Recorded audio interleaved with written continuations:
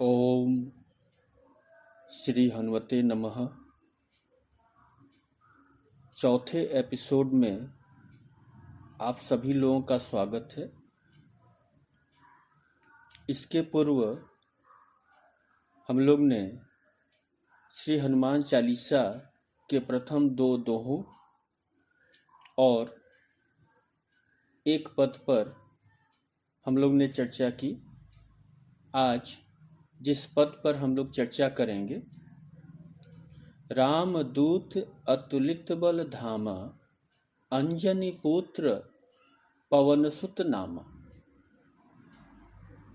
इस पद का साधारण अर्थ है, हे पवनसुत अंजनी नंदन, आप भगवान राम के दूत हैं और आपका बल अतुलनीय है। अतुलनीय बल का मतलब होता है जिसके बल को किसी दूसरे के बल के साथ तौला न जा सके।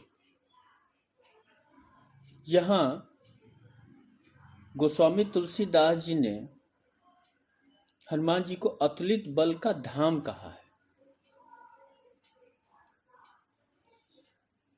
जिसके बल को किसी दूसरे बल के साथ न तौला जा सके और जो बल का धाम हो।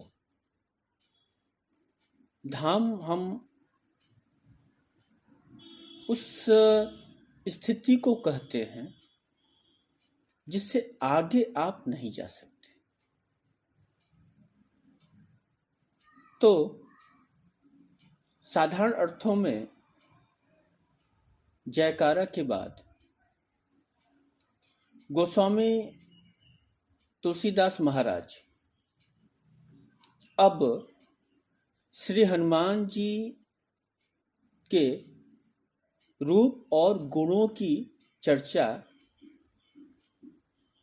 कर रहे हैं और इस पद में उन्होंने एक परिचय दिया, अंजनी पुत्र पवनसुत नामा कहकर।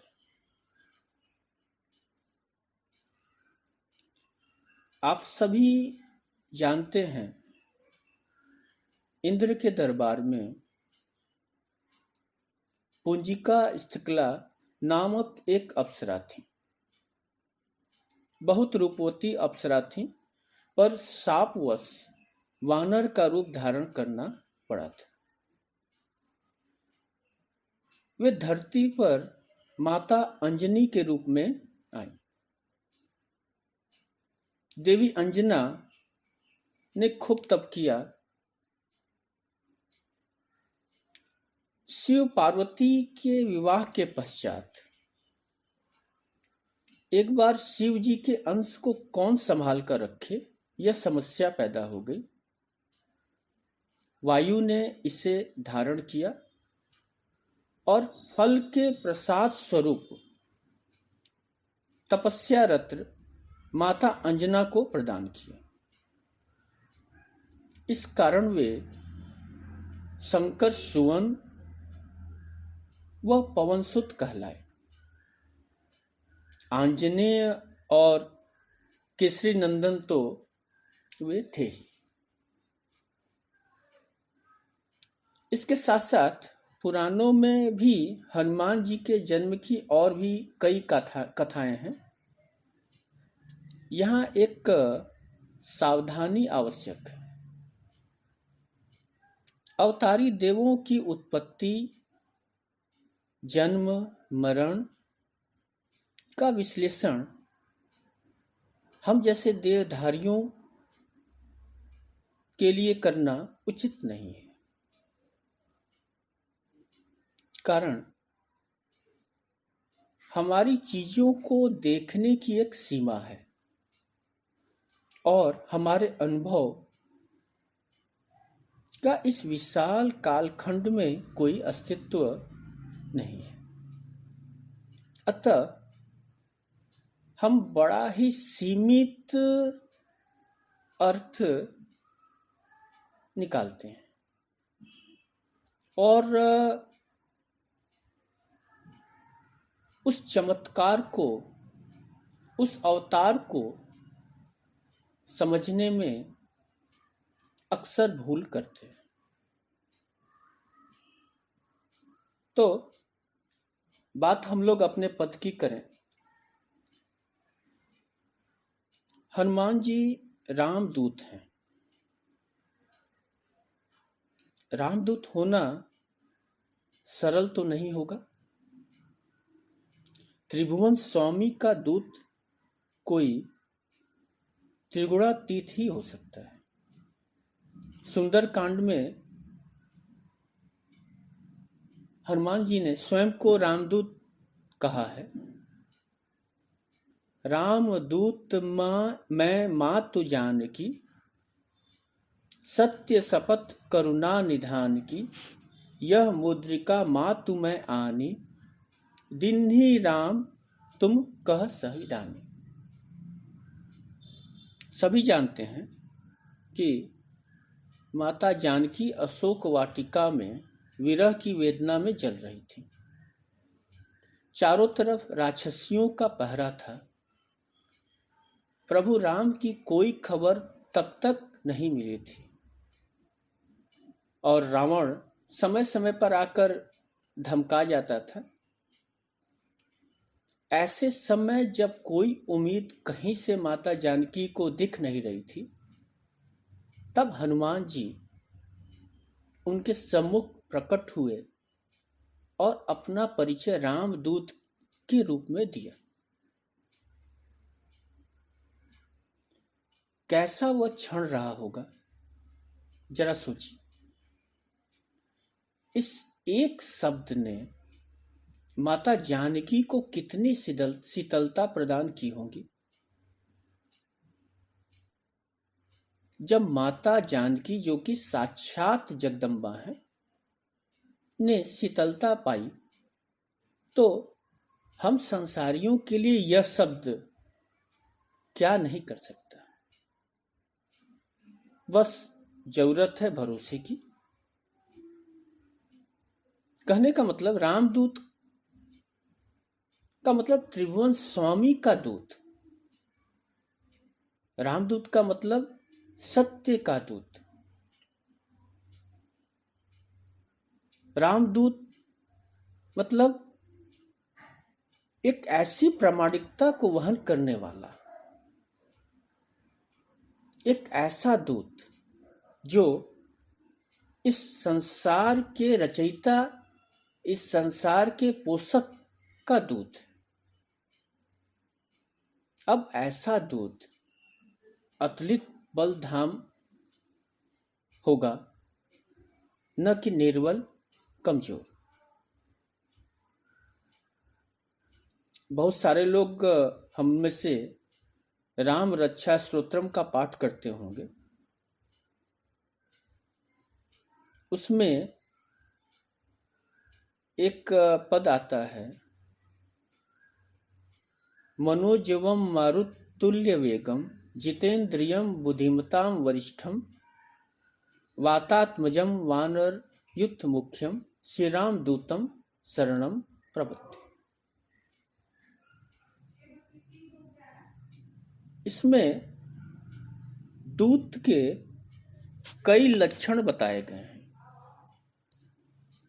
इन लक्षणों में एक मुख्य लक्षण है कि उसमें गति हो। दूत संदेशवाहक होता है। महत्व का संदेश पहुंचाना, वह भी द्रुत गति से। हमारे हनुमान जी की गति का कौन मुकाबला। पवन तनय है, वायु की गति से काम संपन्न करते हैं। दूत की दूसरी अनिवार्यता होती है वह जितेंद्रिय हो। जितेंद्रिय का शाब्दिक अर्थ होगा इंद्रियों पर विजय। अब बाबा तुलसीदास के यहाँ जय विजय का कोई महत्व नहीं होता। विजय से अभिमान आता है, और तुलसी साहित्य में अभिमान आपको नहीं दिखेगा। राम धनुष तोड़कर भी संकोच में है, बाली को मारकर भी अभिमान नहीं, उनमें करुणा उत्पन्न होती है। रावण वध के पश्चात भी सम है। तो फिर राम सेवक हनुमान ये जीत हार में क्यों फंसेंगे? और वैसे भी जीत हार पदार्थ रूप से वस्तुतः एक ही है। यहां जितेंद्रिय का तात्पर्य इंद्रियों के दमन से नहीं है, बल्कि उसके सम्यक उपयोग से है। इंद्रियों को संभालना और उसका सम्यक उपयोग वही कर सकता है जिसकी बुद्धि कलुषित न हो। और हनुमान जी रुद्रावतार भी हैं, उनकी शक्ति असीमित है। वे चाहते तो अकेले ही लंका जाकर रावण को सबक सिखाकर तथा माता जानकी को सिर पर बैठाकर भगवान राम के पास ला सकते थे, पर उन्होंने ऐसा नहीं किया। इसकी वजह यह थी कि वो रामदूत हैं। उनकी भक्ति दास्य भाव की है। उन्होंने शक्ति का प्रदर्शन अपने ध्येय की प्राप्ति में ही लगाया और माता जानकी की खोज करना, उन्हें प्रभु द्वारा प्रदत्त मुद्रिका देना, भरोसा देना और वापस आकर प्रभु को सूचना देना उनका मुख्य ध्येय था। अतः इस रामदूत ने बल की जगह बुद्धि का प्रयोग किया। लंका में जब वीर हनुमान जा रहे थे तो बिना सोचे समझे लंका में प्रवेश नहीं करते हैं, बल्कि सोच विचार करते हैं। पुर रखवारे देख बहु कपिमन किन्ह विचार, अति लघु रूप धरो निसी, नगर करो पैसार। तो अति लघु रूप धरकर, अब यह कार्य एक जितेंद्रिय ही कर सकता है। यहां अपने रूप की भी चिंता नहीं, बस किसी तरह प्रभु कार्य हो। हम लोग के पास अगर राज सत्ता हो जाए और राजा अगर कोई आदेश दे तो हम अपने को राजा ही समझने लग जाते हैं। यहाँ हनुमान जी में वह अभिमान कतई नहीं है। अब इस पद को थोड़ा उल्टा क्रम में पढ़ें। पवन सबको शीतलता प्रदान करता है, यह श्रमहारी है। सबको पावन करता है और माता अंजना अग्नि तत्व है। मातृशक्ति को वैसे भी अग्नि माना गया है। अग्नि बिना वायु के नहीं रह सकती और वायु का साथ मिले तो क्या न भस्म हो जाए। लंका को जलाने के लिए रामचरितमानस में यह प्रसंग मिलता है कि 49 प्रकार की हवाएं बहने लगी और पवन का साथ पाकर अग्नि ने स्वर्णमयी लंका पल में भस्म कर दिया। यह वही लंका थी जिसकी रक्षा के लिए हजारों राक्षस वीर लगे हुए थे, वह जिसका रावण तीनों लोक की शक्तियों का मालिक था। पर पवनाग्नि के सामने पवनाग्नि ने सबको जलाकर भस्म कर दिया। अतः हनुमान जी अतुलित बल के स्वामी हैं और उनका सबसे बड़ा परिचय जो वो स्वयं देते हैं वह है रामदूत का होना। हनुमान जी के भिन्न भिन्न पहचान एक बड़ी पहचान का बोध कराते हैं और यह विशाल पहचान है रामदूत की। तो आज बस इतना ही। आप लोगों की काफी प्रतिक्रियाएं मिल रही हैं। कुछ प्रश्न भी आया है जिस पर मैं किसी खास एपिसोड में चर्चा करूंगा। एक प्यारा प्रश्न श्री टीके बोस जी का आया है।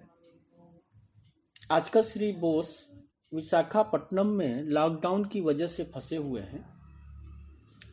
उन्होंने पूछा है, आग्रह किया है, और बड़ा प्यारा, मतलब जब से मैं पढ़ रहा हूँ मेरी खुशी का ठिकाना नहीं है कि श्री हनुमान चालीसा में मैं काक भुसुंडी जी को कब ला रहा हूँ। मैं खुद भी आतुर हूँ। बाबा तुलसीदास की भावभूमि श्री हनुमान चालीसा में थोड़ा भी मौका मिला तो मैं काक भुसुंडी जी को जरूर लाकर बैठा दूंगा, यह मेरा आश्वासन है। वैसे भी उस महान अमर भक्त जो शिव का भी दुलारा हो, राम का भी प्रिय हो, अगर उसके निर्मल यश का गान करने का मौका मिल जाए तो कहने क्या है। मेरा उत्साह बढ़ाने के लिए आप सभी लोगों को